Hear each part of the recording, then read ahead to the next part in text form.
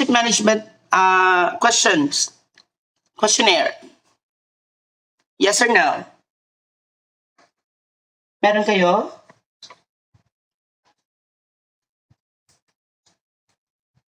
Hala, okay, ba't hindi nag-on ang aking live dito?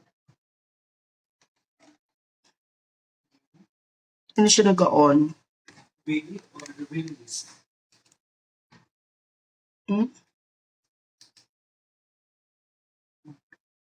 Okay. Thank you. Do you have the copy of your leadership management? Do you have it there now? Okay, thank you so much. So let's go with the question number 1. Being new with the system, Ms. Akim must practice an authority and power that is positional. Now, since it is the word positional, it could be your legitimate power. Yes or no? Yes. Pero walang legitimate power dyan. What would be the best answer? Yes, very good. That's coercive power. You will never answer the expert power because expert power referring to the skills that the person has. For instance, that person is good in academic, that has an expert on academe, as academic side. So the person who is good in sports, so he is expert in sports. So that is an expert power. So sa example ko binigay sa inyo, kaming magkakapatid ay may kaiba-ibang mga katangian. So that is an example of expert power. Informational power, especially those people who has really good information with regards to your, for example, leadership and management, informational power. Yung mga lecturers nyo, they do have the informational power. As long as they can persuade what they're doing or what their lecture is all about, then they could have the informational power. Referring power, this is all about the connection, the trait. The trait of a person that makes him having the power. So the best answer here is letter C, coercive power. That's supposed to be legitimate power. Marunong talaga ang BON gumawa ng tanong. Papaikutin ka lang. One of the weaknesses that Ms. AK noticed is a faulty appraisal system. So since it is a faulty appraisal system, retain the position in the hospital, even the poor performance of the employee. So, performance appraisal, as I have told you, the performance appraisal, it is all about the evaluation, okay? It's all about the evaluation, just a recap.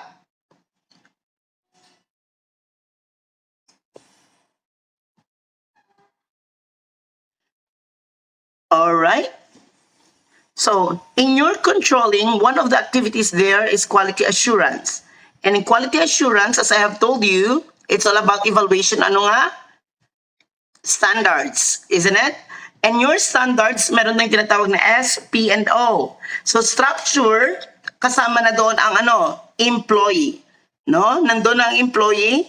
So, paano malalaman na ang company nyo ay meron tinatawag na seal, the quality of service. So by evaluating our employee, if they're performing well on their job, so by doing the performance appraisal, and when I say performance appraisal, sino ang mag-evaluate ng performance appraisal?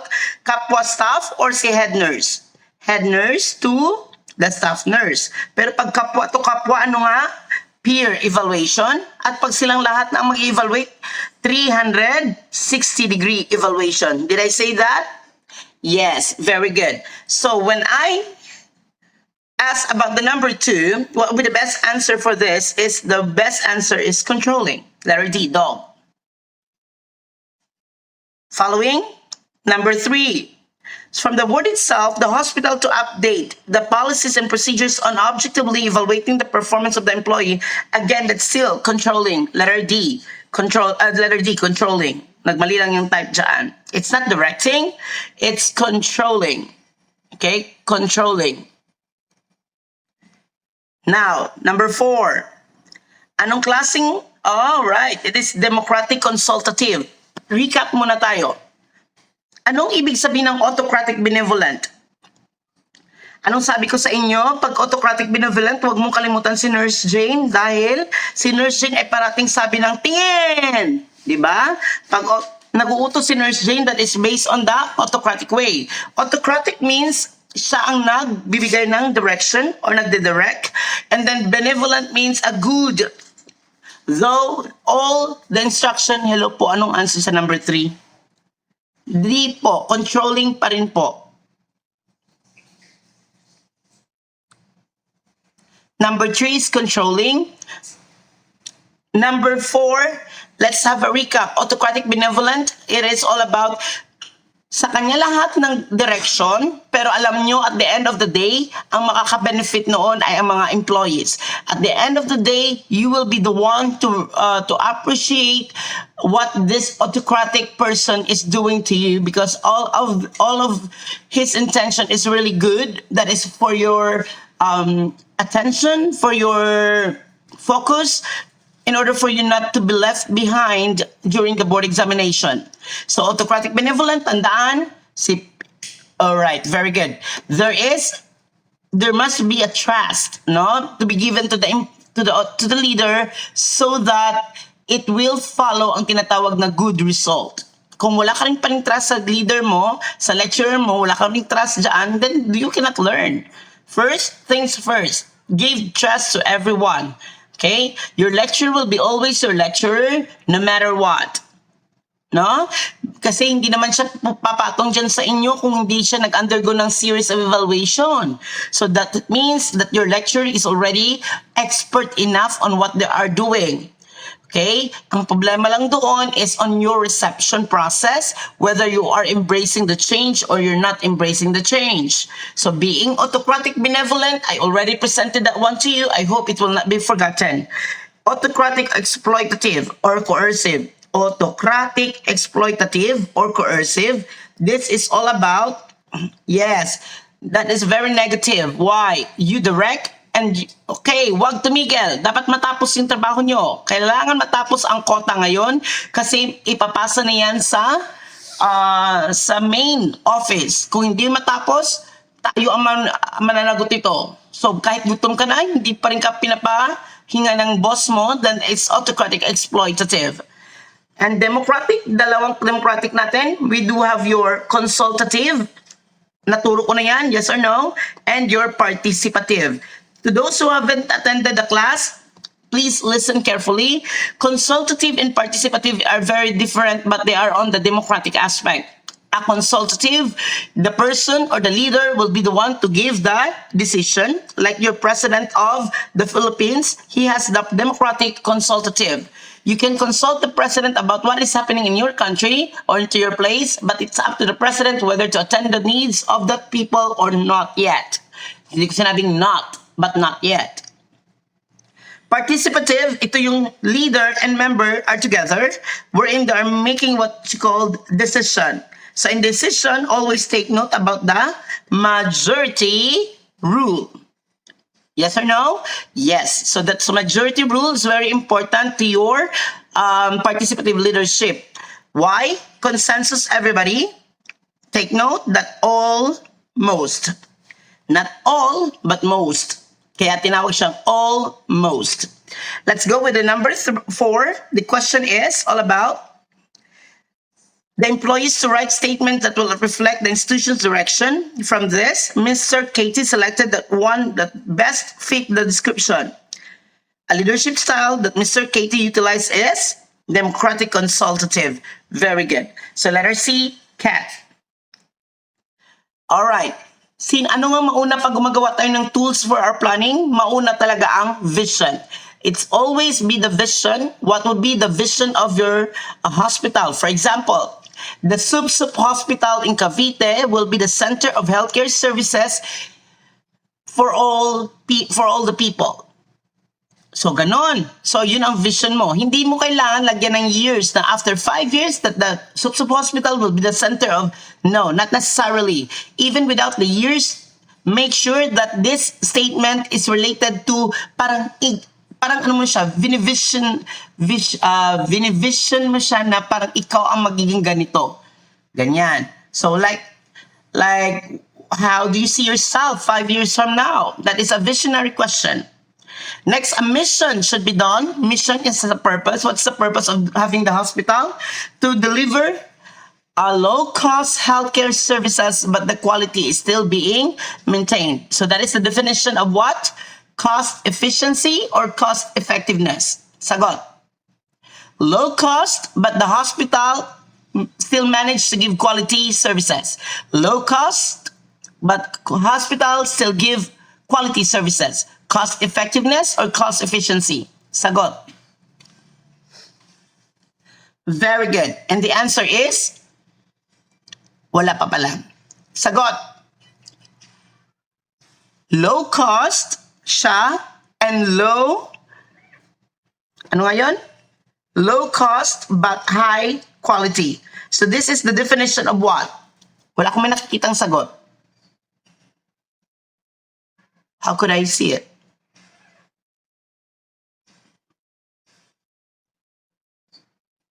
Ayan, nag-heart-heart na lang ako kasi hindi ko makita ang sagot nyo. Alright, so ako na lang sasagot. Cost effectiveness. Okay, sa hindi naka-attend para para sa hindi naka-attend, para may idea din kayo mga anak, tandaan nyo ang effectiveness is different from what you called efficiency.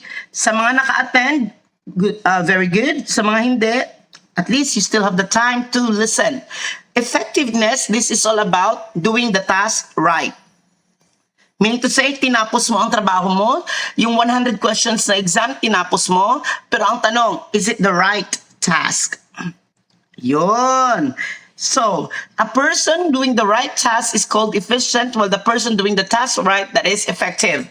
How will you know that? Pinahugas ka ng nanay mo ng pinggan, ano nga yung ginawa? Nahugasan mo nga, tapos naman. Pero ang tanong, malinis ba? O masebo pa rin ba? So kung masebo pa rin, you are not efficient, you're just effective, you just finished doing the dishwashing, but you are not able to do the right task. Basta doing the right task, that is efficient, while doing the task right, that is your effectiveness. Now, listen carefully. If ever lalabasin sa board exam, very easy lang ang tanong, ang ilalagay mo isasagot mo diyan.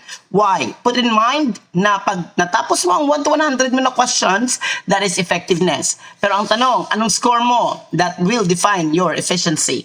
Okay? Why? We need to have both people, both effective and efficient. Tandaan ha? Both effective and efficient, kailangan natin yan sa ating company. Why? Si effective class, meaning to say, natatapos na talagang trabaho niya, pero, you know, sometimes it will give us more cost to our company. Why? Instead na dapat hindi na magbigay ng overtime, mag-overtime pa kasi hindi marunong maglinis. Pinaulit mo ulit. So, overtime na naman siya. So, that's it. So, that is part of the cost-effectiveness. Now, let's go with your question about number. Okay, and when I say philosophy, guys, that is the belief of your organization. So the belief of your organization is, for example, this is to maintain kindness to everyone and to maintain the altruistic principle. So that's the belief of your organization. Now, knowing that the goal is an objective is very different. When I say goal, ano ang turo ko sa inyo sa goal if ever lalabas sa board exam? Yes, very good. That is in general aspect, while the objectives, it is on the specific aspect. Ano ang goal nyo? Top the board exam. Anong objectives nyo? Very good, specific. And that is to become number 1. So that is more specific. For instance, let's go to the hospital setup.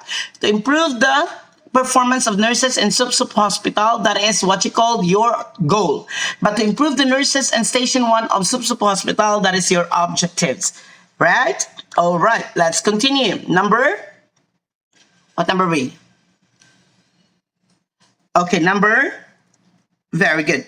It's number 6. So the answer number 5 is letter B, boy. Again, number 5 is boy. Let's go with the number 6.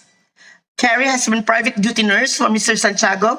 Debilitated by complication, Carrie is practicing as an independent nurse by Halaka. Private duty nursing. Anong turo ko sa inyo? Basta private duty nursing? 1:1. Sino yan dyan? Very good. That is your total patient care, or the other name for the total patient care is termed as, yes, your case method. That is considered as the oldest method in the modalities of care. Okay, the oldest method. Now, let's proceed to number 7. Being assigned in home nursing facilities, the only contacts of physician, elder patient is needed in emergency nursing. When a nurse assumes most of the roles, the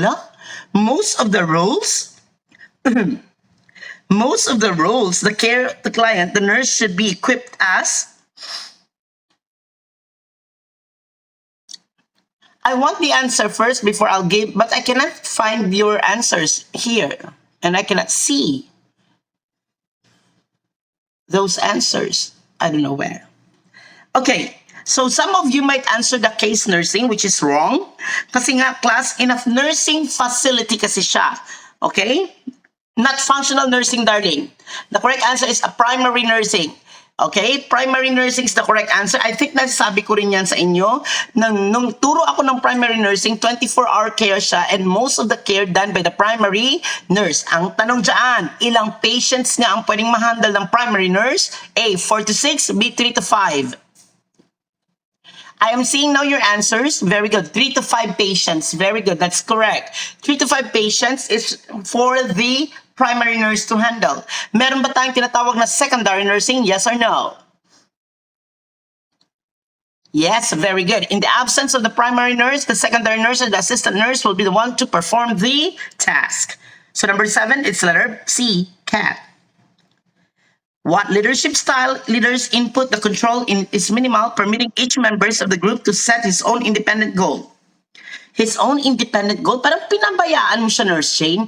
Yes, letting go. Let it be. Hayaan mo sila.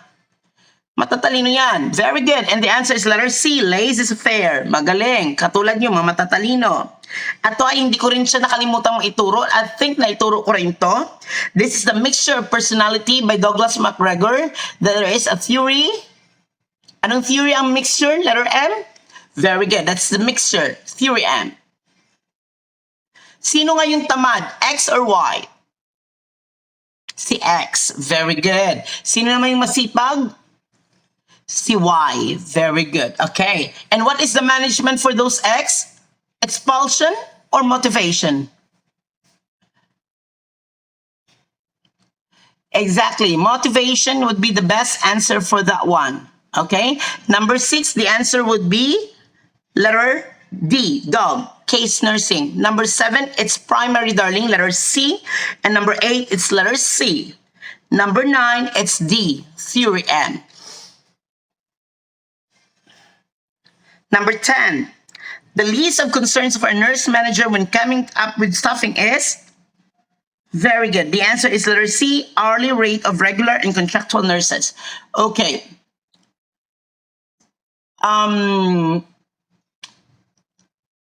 What do you call a principal in organization wherein we're talking about the salary? It is based on what principle of organization? The answer would be compensation. Okay? It's compensation. And what salary grade na ang mga nurses in the Philippines right now? They belong to what salary grade? A, 15, B, elevated, 20. Okay, very good. 15. Ang nag-elevate lang or nag-increase lang ang salary, pero ang salary grade hindi nag-increase yan. We are entitled to 15, while midwife today is 11. But once there is already a Bachelor of Science in Midwifery, they will be turning to 15. I hope so. Para fair ang lahat. 11.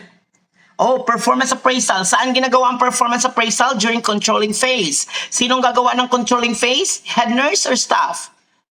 Very good. Si head nurse. Sino nga sa bahay niyo si head nurse? Nanay or ang panganay? Si nanay. Thank you so much for remembering. Sino nga si Lola? Sino si Lola? Supervisor. Sino naman si nanay ni Lola? Very good. So how do you feel that you can remember those stories? Based on the stories, you can remember the concept. Pwede bang mag-utos si Lola sa kanyang apo? No, very good. Ipapadaan muna ang utos niya kanino?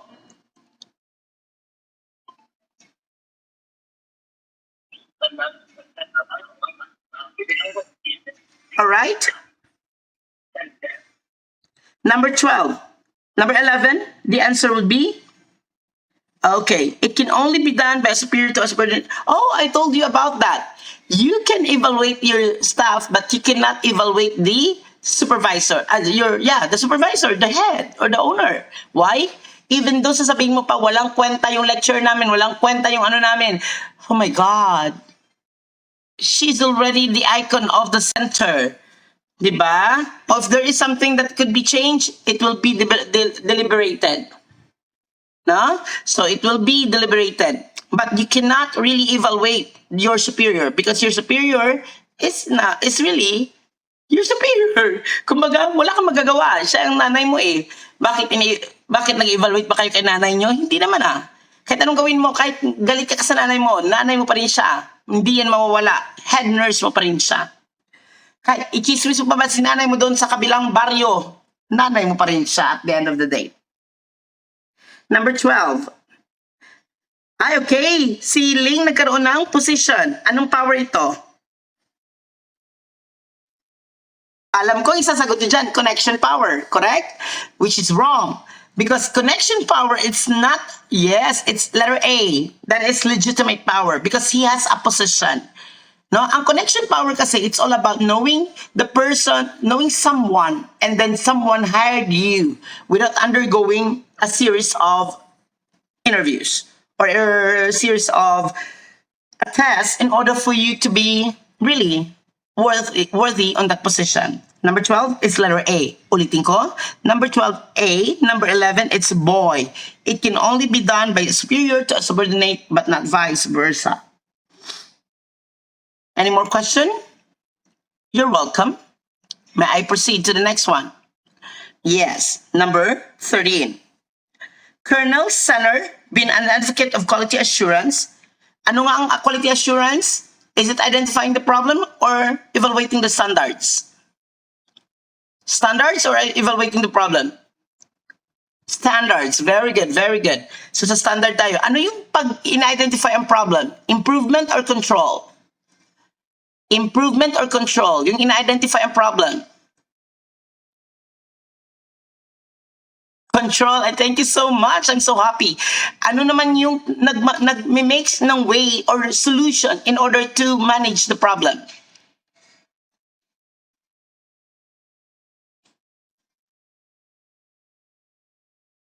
Oh, wait. So, di ba? Mauna ang assurance, sunod ang control. Ano na yung na-identify nila ang problem? Anong gagawin nila? They will do your solution, and that belongs to continuous, very good quality improvement. Anong tool ang ginagamit? 5S or PDCA? Anong tool ang ginagamit? 5S or PDCA? Very good, the PDCA. Can you still remember the circle of it? There's no ending. So pag may nakita kang bago, ala, mas gusto ko yun, ala, mas gusto ko yun, ala, mas gusto ko yun. Never ending because there's no contentment in life. That is just normal. 14. And the answer for this one is letter customer satisfaction. I already told you that. That always take note that in total quality management, our focus is the satisfaction of our customer, the loyalty of our customer, that they will have to come back with our services because we have given them the best quality service ever they had. What number are we now? Yes, number 14. Oh, 37%. I think na-discuss natin to. The 45 is in the morning and the 37 is in the afternoon shift. So that is PM shift, while the 18 is on the evening shift. Kaya saan ba dapat maraming mga nurses? Morning or evening?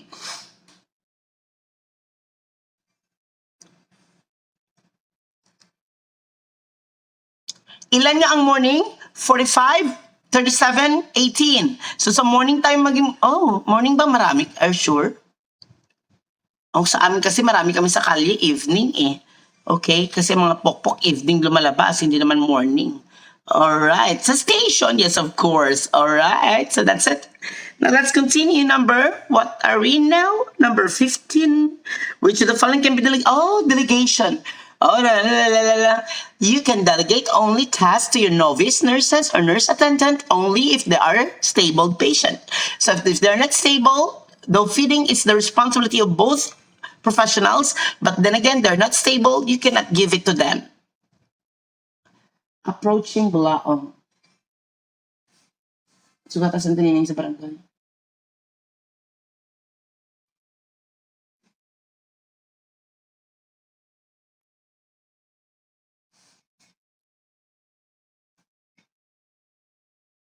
Alright, now let's continue. So, ang sabi ko, bawal sila magbigay ng initial assessment, bawal gumawa ng diagnosis, bawal gumawa ng health teaching, bawal gumawa ng evaluation at discharge planning, but they can perform interventions but limited only to those stable patients, especially those patients who are about to convalescent. No, about to convalescent. So, meaning to say about to recover. So that is for those novice. Routinary vital signs, yes, you can do that. You can delegate it to them. Can I transfer the task to my subordinate? Yes or no? Umayos ng sagot. Alam nyo kung anong tamang term para dyan. Can I transfer the task to my subordinate? Yes or no? Ano pong sagot sa 13, 14? Number 10 po, it's letter C. Number 11 po is letter B. Number 12 po is letter A. And number 13 is letter C. Number 14 is letter B, PM shift. Okay na po?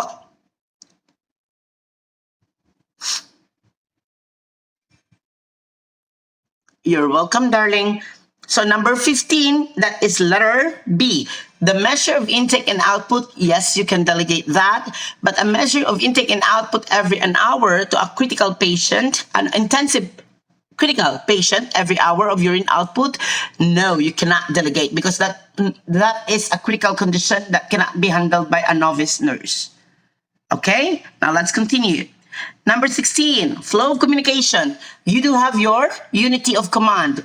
Pag sinabi kong unity of command, one person, one direction. So pag sinabing si head nurse lang pakikinggan mo, then makinig ka lang kay head nurse.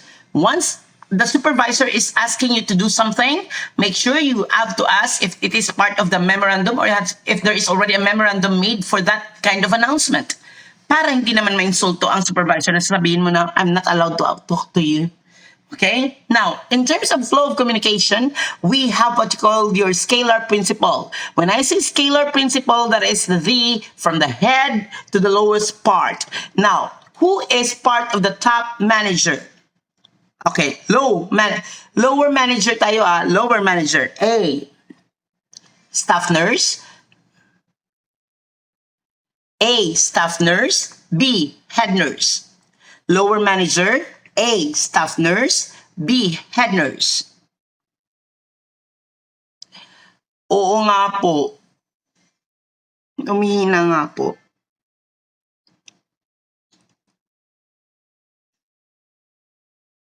Lower manager ang tinatanong ko Very good. Because a staff nurse is not a manager. Very good. Ang galing, galing, galing, galing. Okay. Lower manager are those. Sino nga? Very good. Sila po yung si staff head nurse, ang middle manager supervisor, and ang top manager, CEO, and the chief nurse. Now, let's continue. Number 16. All right. Pag sinabi kong organizational structure, is it the drawing or the design? Is it the drawing or the design? When I say structure, is it the drawing or the design?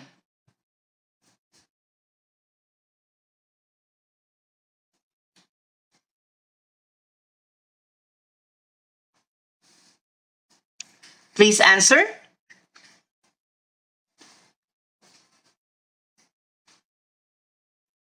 I cannot read it.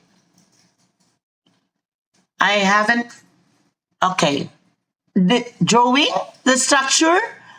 Mm. Sudah niningan? Barangay. Design. Kasi ang chart, yun ang drawing. 'Di ba? Ang chart, yun ang drawing. Ang structure, yun ang design. Can you still remember the three types of your designs or your structure? The top management, the matrix, and the flat management. The tall, the matrix, and the flat. Sino nga doon ang maraming manager? Sino doon sa tatlo ang may maraming managers? Matrix! Ang galing! Thank you so much yung mga naka-remember. I love you guys. No? Sino naman doon ang mahirap makipag-communicate sa pinakamataas? Hindi tayo makadali-dali maka-cash advance. Kung may mga problema tayo in terms of money, we cannot really easily ask for assistance. Tall or the hierarchical of the top management. Very good. Now let's continue. When I say flow communication can be best traced in case there is a conflict referring to the organizational structure. That is letter C, Charlie. Okay? Why? The flow of communication, you will see it there. Di ba? May ginawa akong mga bilog, then line, bilog, line, ganon. Teka nga lang, if you do have a direct communication with someone else, what line are you going to use, solid or broken?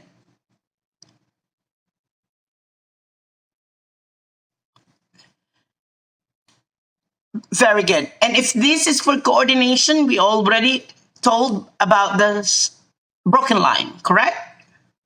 Yes. Yes po. Now let's proceed.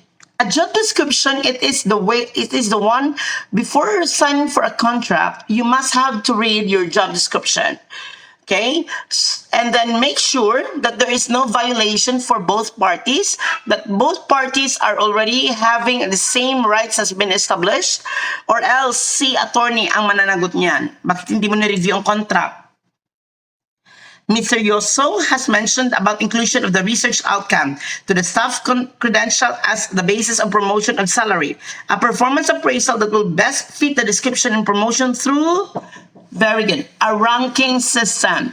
No, may ranking tayo system para malaman natin kung sino ang pinaka-best na employee of the month. No, that's it. Letter A, Apple. Since this is a new idea for the staff, there is an atmosphere of resistance, a change of energy strategy that Mr. Yu also engaged with the situation is termed as very good. That is empirical rational. Why? If you want to have a change like what I did to you, I made a sudden or abrupt change in your way of learning. I need to do the what you call empirical rational. I need to explain why I need to do the disorganized way for the students to make it organized because they are the one who will be taking the board exam. This is not about babysitting approach. I hate that. I want you to stand on your own. Barangay. Hindi na sabi na kung mas bulaang.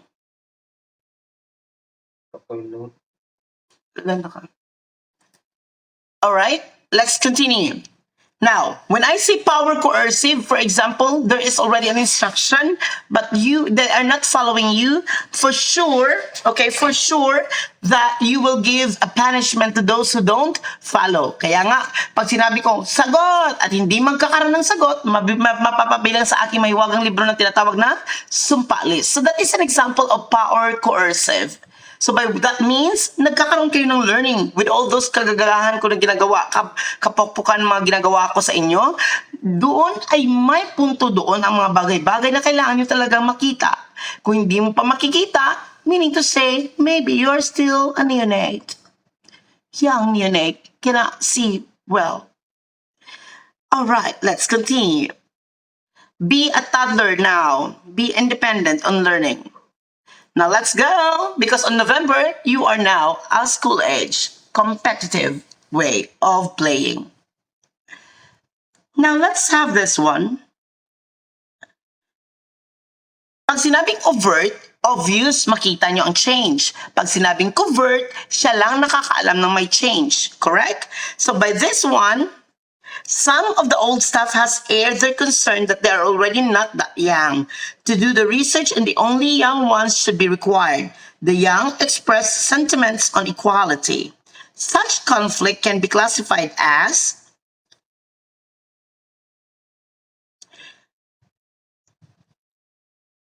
anong answer? Overt, horizontal. Very good. That is letter C. Kasi nga, alam naman nila na matanda talaga sila. Very good. Horizontal. Bakit horizontal po ang sagot? Kasi staff to staff lang naman po siya. No? Staff to staff lang naman po siya. So, dapat horizontal po ang sagot. Hindi po vertical. Kasi from head to staff, that is vertical. Letter C, cat. Number 20. 20 has been a good example to the entire employee offering their help to hasten the process. What do you mean by hasten? Mapabilis. So once you say to hasten the process, the leadership can be classified under what? They start as a good example. Anong sagot nyo? Okay, very good. It's letter A, transformational. Very good. Because if you want to transform someone, be a good example to them.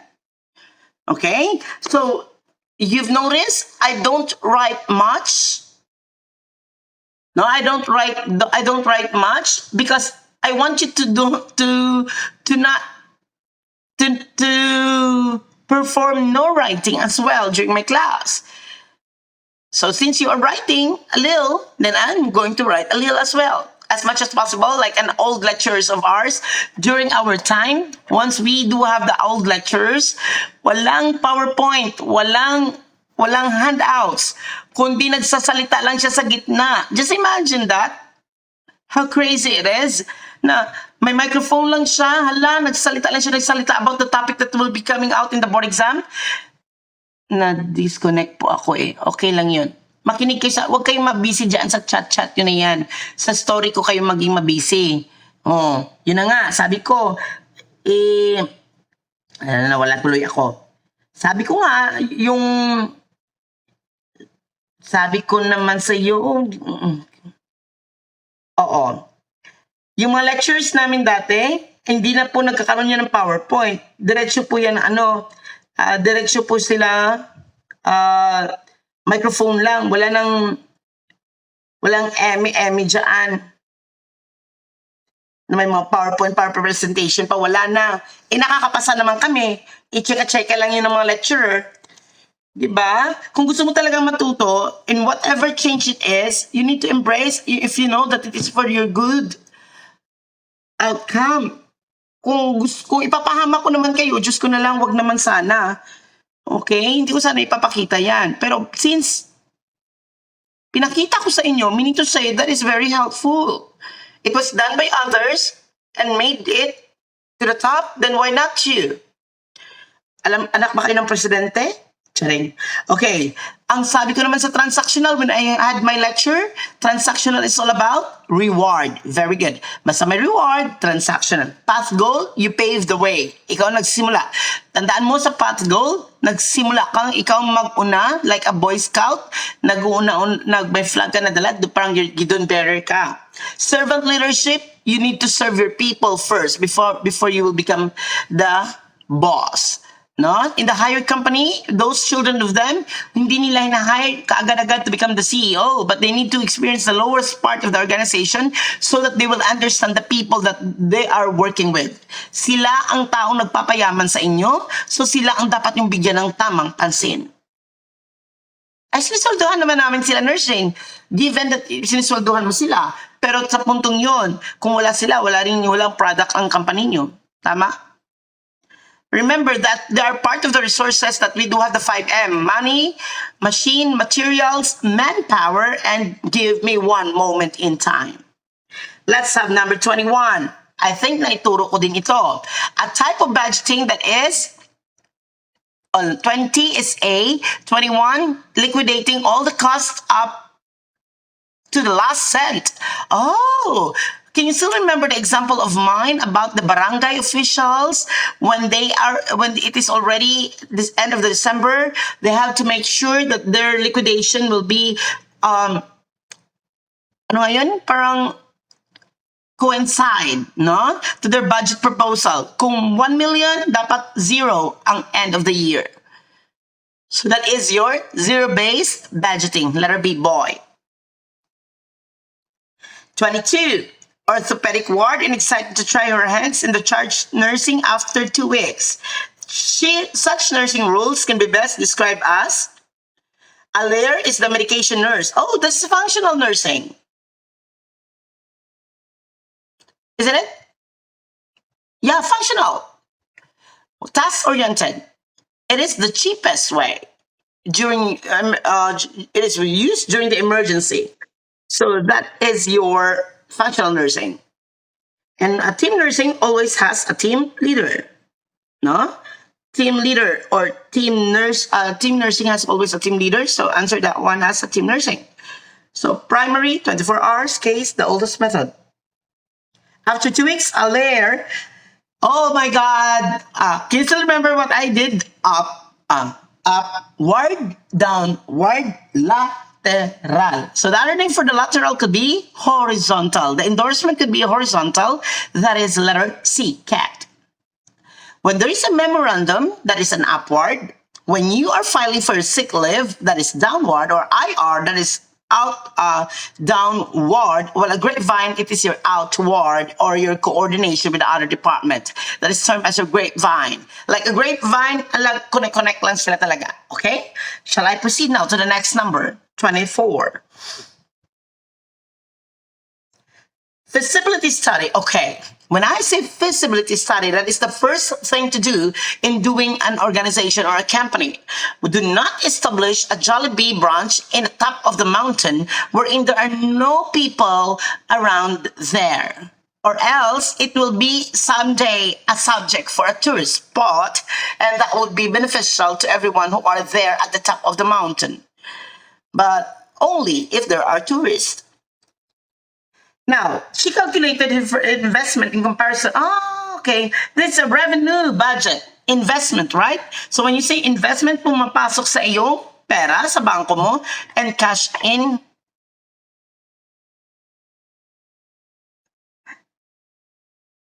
Okay, in cash in, that is your cash in, that is what you call your revenue, right? Now, pag sinabi ko naman cash out, ano yung cash out? Operational. Anong dapat tandaan ba sa may word na operational? It is day to day. Yes or no? Yes. But sa operational, day to day. Now, okay, very good. And when I say salary, guys, when I say salary, saan na belong ang salary? Operational or personnel? Just a recap. Operational or personnel? Very good. That is what? Oh, that is your operational. Very good. Okay. Operational po ang salary. Ang mga sick leave nyo, maternity leave, that is your personnel. Now, let's proceed now to the next one. This is the question about the investment. It's a revenue budget. I think naituro ko na rin ang expense budget. Pag malaking kapital para kay patient, that is expense. But for the renovation of the hospital, the structure of it, that is a capital budget. So pag bumili ng ambulance ang hospital, that belongs to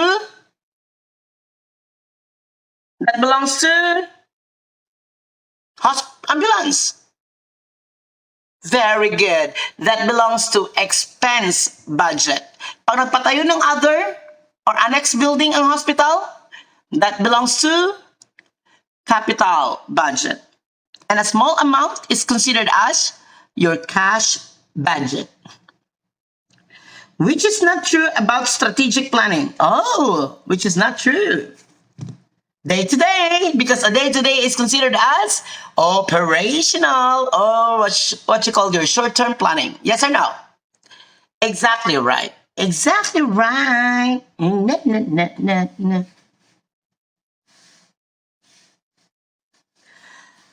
What number we now? We are on the number 26. Oh, this is all about the menace should be within the manageable members so that the vigilance is possible. Span of control.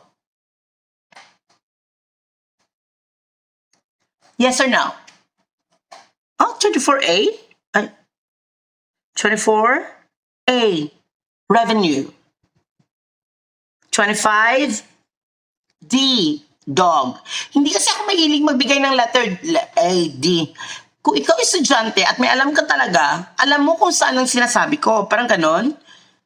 I'm not training you to become dependent on what letter is that. I want you to become vigilant. I want you to become a paranoid. I want you to become a schizo at this moment because I want you to be aware of everything.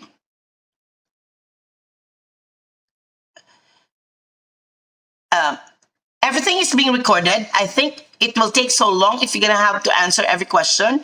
You can do listening after this one. And please, let's continue. Kasi marami-rami pa tayong i-discuss sa neuro. Can we?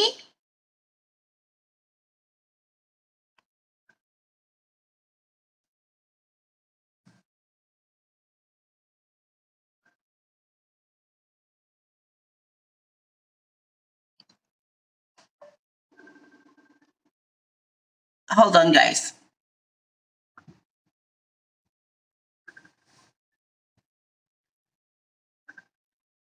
All right. Hold on, someone's calling. Hold on, please.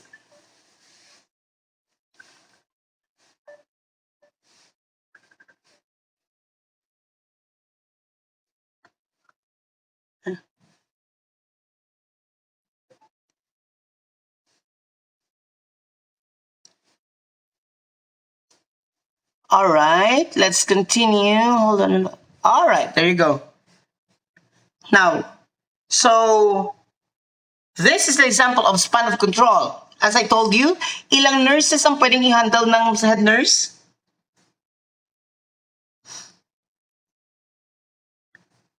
46, very good.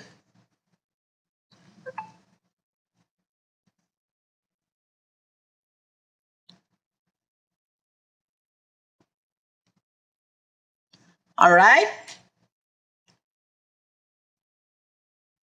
Now let's continue. Number 27. Which of the following is the essence of transformational? Ay, tinuro ko to. Tinuro ko to, naka-highlight to color red. Color red ang highlight nito.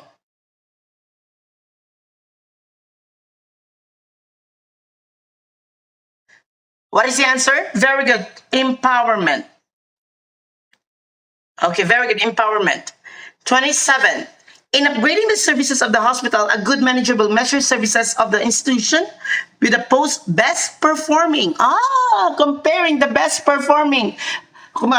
Comparing the best organization, not from the least. That is what? Benchmarking. Very good.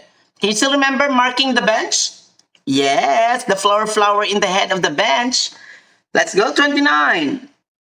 A staff nurse has failed to chart a certain procedure but bore no legal implications. Okay. No legal implication. It's not a written warning. It's just a verbal warning. Very good. 26 po. Span of control.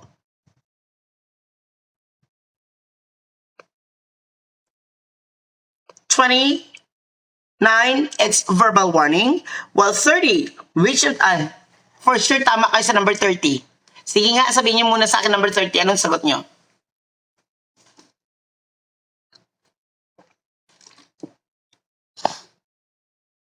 Oh, very good. Not all superior is a leader, correct? Because some of the superiors cannot do influencing people. True, that is correct. So letter B, boy. So far, so good. Can we proceed to the next topic?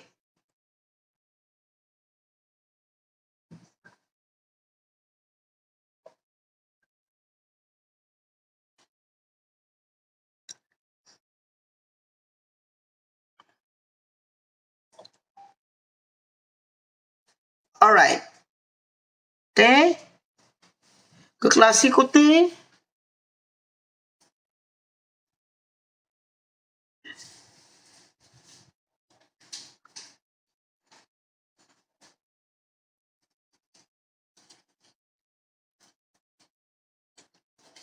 Neuro.